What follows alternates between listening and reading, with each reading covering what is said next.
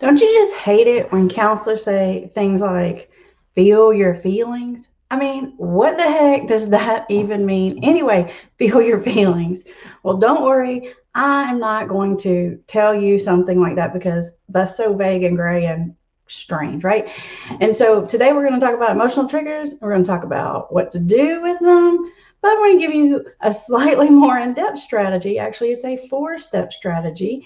It's pretty simple, but it is a specific do this, this, this, this, and that will help you manage your emotional triggers so much more effectively. For those of you who are new here, I'm Amber Hollingsworth, and this YouTube channel is all about helping you understand the science and psychology of addiction so that you can get your life and your loved ones back on track and get back to living the life that you want to live. Now, today's topic applies in general to anyone and everyone. It doesn't necessarily have to be related to addiction, but if you are struggling with addiction, if you're in early recovery, or if you have a family member who's struggling, this is definitely going to be particularly helpful for you. All right, so let's get back to our topic. Emotional triggers. We all have them. Some of you may already know if you have specific emotional triggers, like certain patterns of things that always hit your button. If you already know that, then you're a step ahead because you already can filter or be on the lookout for that or recognize it when it happens. Others of you may not recognize or have identified exactly what your pattern or buttons are yet, but hopefully going through today's conversation will help you to do that. So I am going to give you the 4-step process, right? So I tried to make it in a way you could remember it. And so I'm going to call it READ, READ, as in read the situation, which I feel like is better than feel your feelings, right? So let's start with the R. The R stands for recognize that you're having an emotional reaction or trigger. And you may be thinking, well, that's pretty easy because I know it when I'm upset or I know when my button's been pushed. But a lot of you out there may not have a conscious awareness of when you are actually triggered. And it's extremely important because if you want to manage that trigger, if you want to decide how to respond to it instead of react to it, you got to recognize that it's happening to you. I'm one of those people myself that will sometimes not have an awareness of what's going on inside me. And I know you think, Amber, you're a counselor, shouldn't you be good at that? I don't know if I should be, but I'm not that great at it. They laugh at me around here. One of the jokes in the office is that when I'm sick, physically sick, like I don't know, I have the flu or something, that I don't even know it until I'm so sick. Like they have to call someone to come get me. Like I can't even drive myself home. And it's funny because I'm just so um, present focused and into whatever it is I'm doing at any given moment that I literally don't pay enough attention about what's going on inside of me to recognize when something's going on until it is like screaming.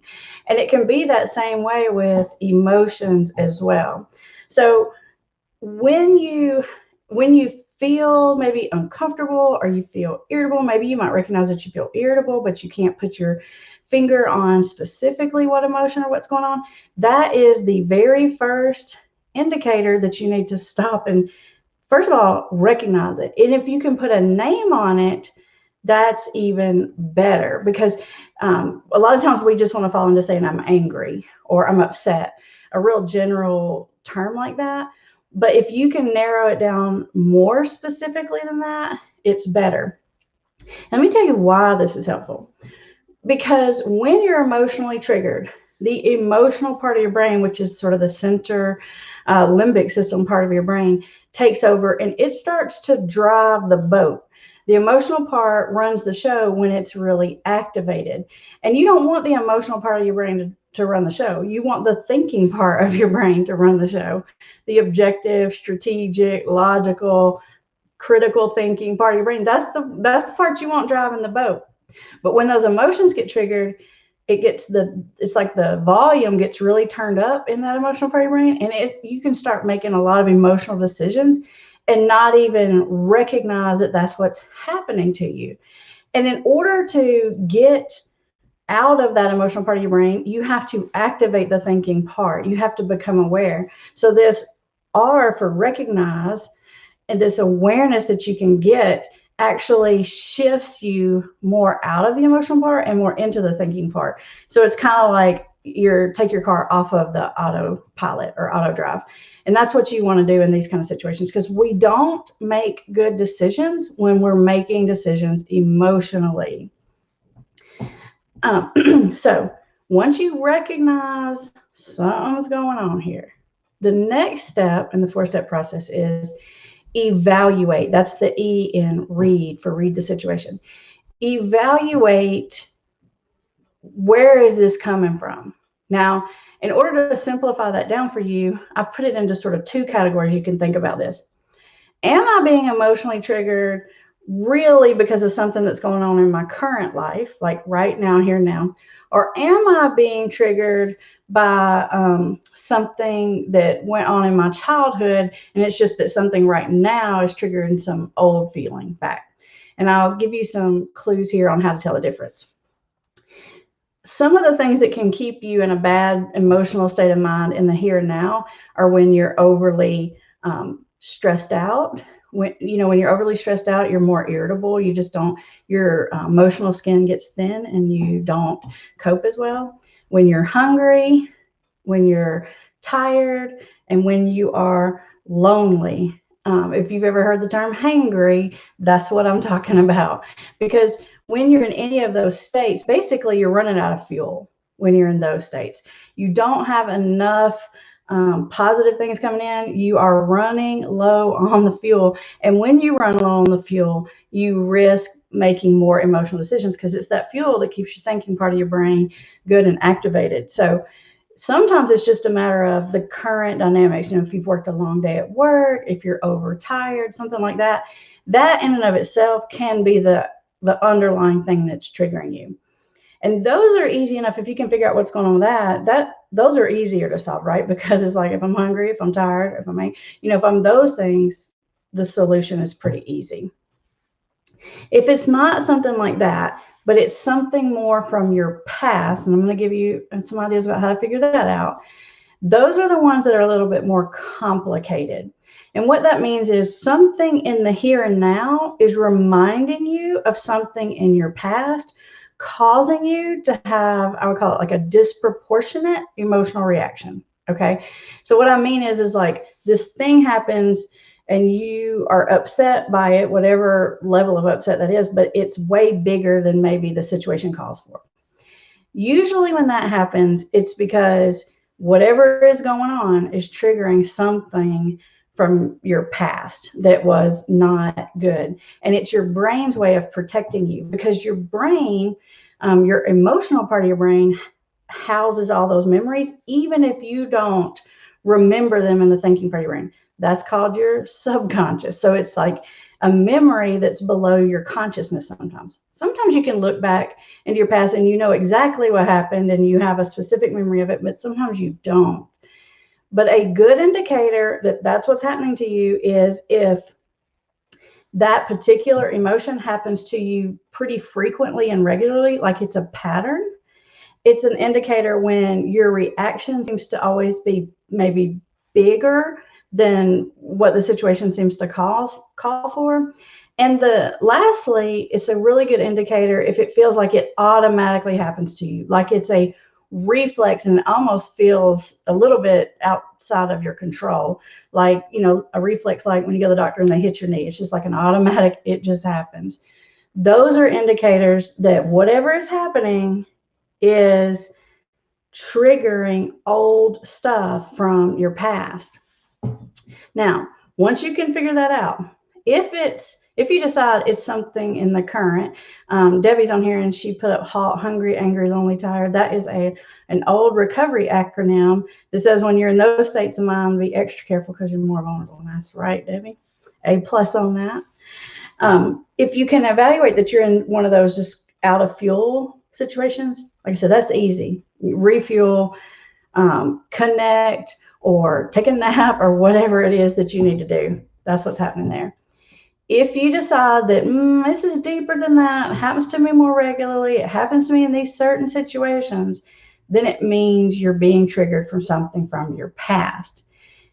And just figuring that out and recognizing that when it happens goes a long way to getting control over it. And the reason that is because you've taken it from the unconscious into the conscious, which now allows your thinking brain to kick in and you can make decisions about what to do with it.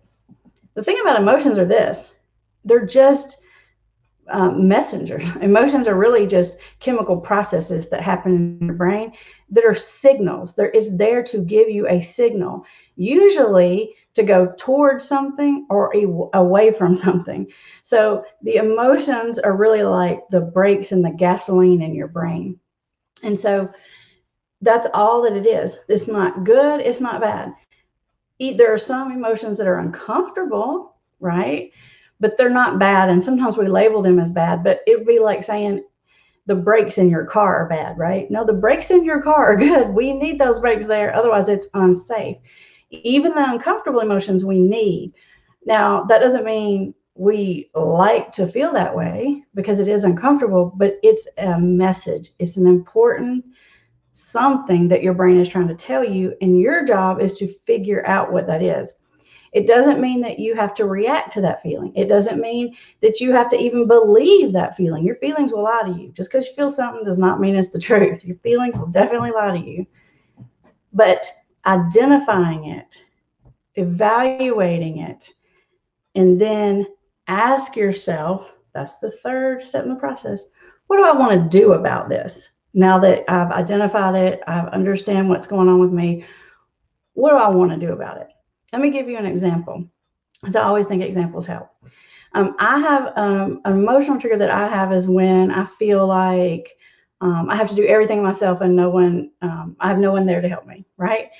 For some reason, that hits my buttons, and I can feel myself have this like visceral reaction to it almost. I can feel the brakes get slammed on, and it's really hard to overcome, even though I know that's happening to me. I know why it's happening to me. I know where it connects to in my past. It takes a lot of conscious effort not to be really irritable, not to project onto people, not to take it out on the people around me, because I have to recognize, like, wow, that's my button. That's not really something that's out here happening. It's something maybe that's happening out here, but the reason I'm having such a response to it is because it relates to something from my past that was bothersome. Usually it's like a feeling you had in childhood that was really uncomfortable for you. So your brain has that on like lockdown memory, and it scans for that as a way of trying to protect you, like a defense mechanism kind of thing. But the problem is that when you don't have control over those emotional triggers, it feels like it's not protecting you very much. Sometimes those kind of things can really mess things up for you. It can mess up relationships and stuff like that. So I actually made a list of really common emotional triggers for you, and I put the link in the description. Let me see if I can put it right here in the comment section for you too. There you go, where you guys can go to this link and download it. But it might help you to identify what your button is, because I made you a pretty good list of what are some of the things. Like, is your button feeling controlled? Is your button feeling not heard? Is your button feeling misunderstood? Is your button feeling embarrassed?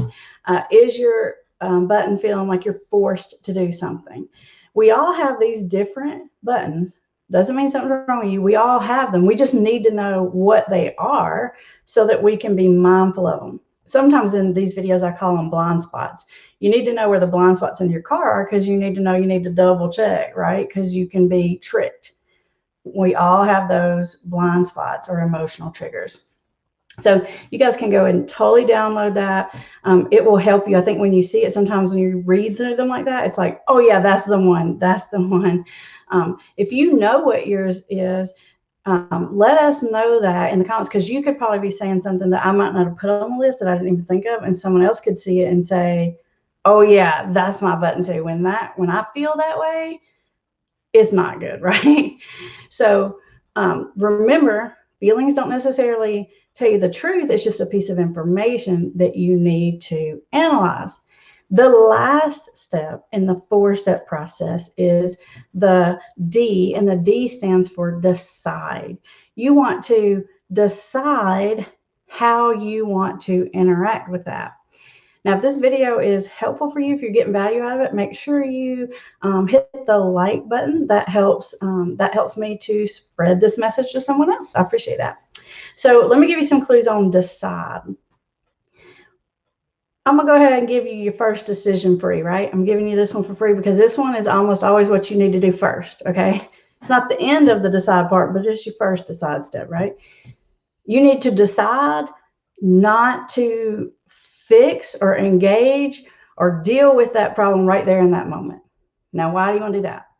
Because right there in that moment, you probably still have your emotional brain pretty activated. And that's not when you want to have the conversation with the person that is doing something that's always triggering you. That's not when you want to tell your boss that you don't like it when this or that or the other. It's not that you don't have those conversations. It's not that you don't deal with it, but don't deal with it when you're in that feeling state, okay? So your first decision that I want you to make is, I'm going to put that on hold for just a second. I'm going to let that simmer inside for a few minutes, and I'm going to sort through what I want to do about that. Now, that doesn't mean I cram it down and never deal with it, because if you do that, it's going to build up, and eventually you are going to react to it, and you're probably going to really, really, really react to it, like extreme, because you've been cramming it down so long. So it's not a forever. It's a hold on, let me get my composure, let me think it through, and let me make a decision.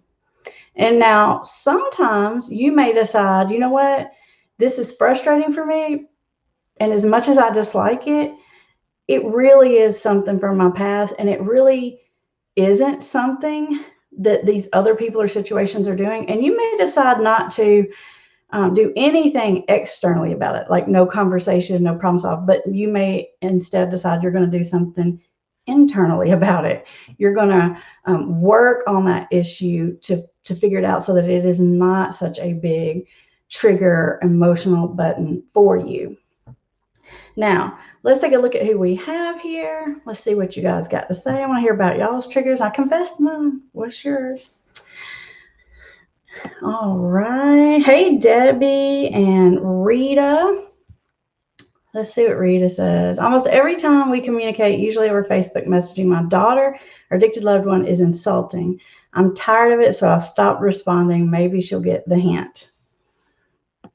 So that's a good example, Rita, of taking a step back and giving yourself some time to compose.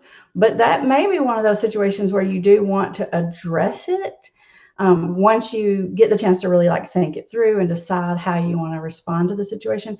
Because waiting for someone to guess what our buttons are or figure it out, a lot of times they don't figure it out, right?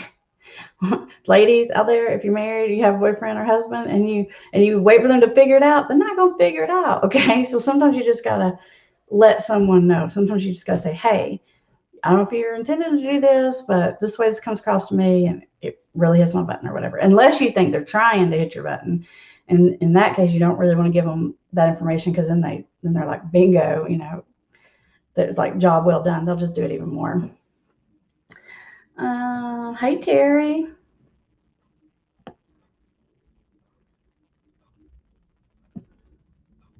AMC says, after watching this, I feel less crazy. Thank you. You are very welcome.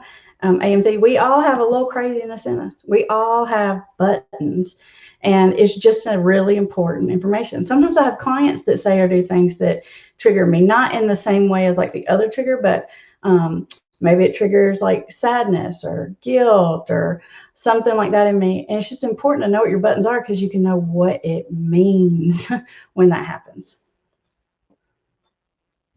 Rita says that these buttons are a mirror of what we're putting out. I like it. That's deep. I totally agree. Marty says, sober but lazy young adult in recovery is my trigger. Okay, Marty. So what you're saying is you have a young adult in your life. I'm guessing maybe that's your kid or something, who's not drinking or using or whatever, but who's not functioning or moving forward. What is it about that triggers you? So think one level deeper than that. That's a perfect example of that external situation. So it's like you've done good because you've done the recognize, right? Now evaluate. What is that hits your button so bad? Where does that connect to? And a good way you might want to ask yourself this, Marty, is they're lazy, they don't do anything, and that means blank. What would you fill in that blank with? It means blank. Usually, if you finish that sentence out, you're getting pretty close to recognizing what it is that's underneath the situation that's really bothering you so much. We've got somebody else up here who says their button is disrespectful. So when someone, if someone's disrespectful, you sort of blow up or lose it. I can remember when I was a teenager, even I hated to see like my friends, or not really my friends, but other teenagers would be super disrespectful to their parents. That just did not go down in my house. Like, we pretty much did whatever we wanted. We didn't have a lot of rules, but we didn't act disrespectfully. And so that, I can totally relate to what you're saying as far as disrespectful. Sometimes I'll see that happen in sessions, like when we have sessions, especially between like parents and kids or something like that. And I'm usually pretty calm. I don't get heated very easy, but that'll just slam my butt, and I'll be like, hold up, that's not going down. Like, you can't talk like that in my office. I get all like, you're going to have to leave, because it hits that button sometimes inside. And I do think it's okay to set a boundary on it. But for me, because I know that's my button, I have to be like extra careful about it. Let's see here. Flower says rude, evil eye, and disrespectful. I love that. The evil eye gives that to you. That's awesome. All right, everybody, don't forget to get your free download of the list, because I'm telling you, it's going to help you sort through, and you're going to see some on there, and you're going to think, oh yeah, I forgot about that one. That was definitely a button for me. I'm telling you, once you can identify them and name them, you have already gained a big chunk of control over it. So get your download. And up next, I have a whole video for you I made a few weeks back about feeling unheard, because feeling unheard is such a huge trigger for so many people. I have a whole video specifically on how to deal with that one. Thanks for hanging out with me, everybody. I will see you next week.